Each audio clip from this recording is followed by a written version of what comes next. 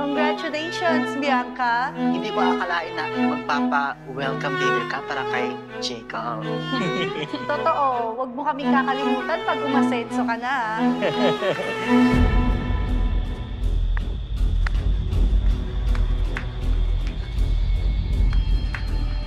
Pa? Pa! Sino siya? Bakit ka mukha niya si Bianca? Sinong nagpapasok sa'yo dito? Hindi ikaw ang kailangan ko. Si Papa! Wala kang karapatang pumasok dito! Alisin niyo nga yan! Bitawan niyo ako! Suwain ka! Pumunta ka lang dito para kunin kayamanan ko, no? Pa! Kailangan makimotherapy si Mama! Kailangan ko ng pera! Pabayaan mo sa mamatay! Gusto mo ng pera? Wala ako nun eh. Kaya lumayas ka na rito! Kung hindi mo lang din naman ako bibigyan ng pera, sana mamatay na lang ako kagaya ni Mama! Han, baka masira ang banquet na ginawa natin para kay Jacob. Hayaan mo siya. Kunin niyo siya! Palabasin niyo ito! Ah! Halika na!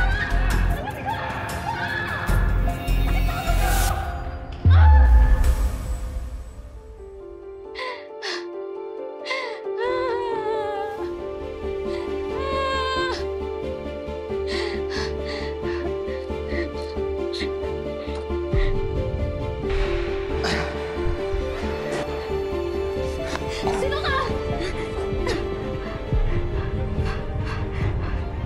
What?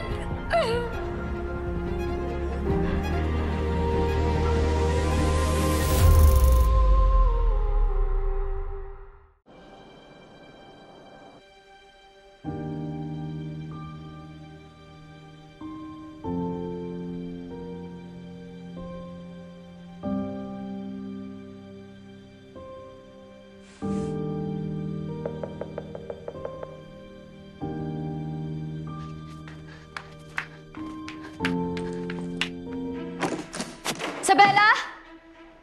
Isabela! Di talaga yung Isabela na yan. Nagdadala na ako sa sino-sinong lalaki. Sino ba to?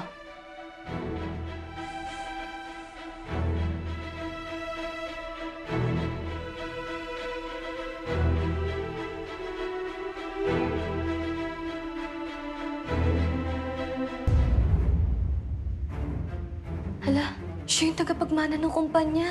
Si Jacob. Anong ginagawa niya dito? May nangyari sa kanila ni Isabela?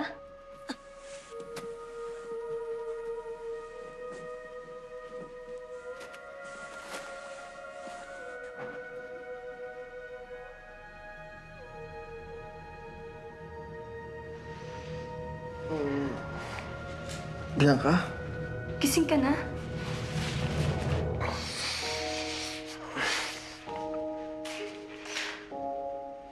Niligtas mo ako? Ah, oo. Ako yung nagligtas sa'yo. Sir Jacob.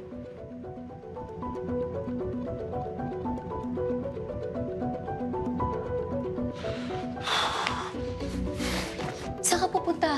Kailangan ko na umalis. Huwag kang mag-alala. Babalik ako para mag-propose ng kasal sa'yo. Jacob. Jacob!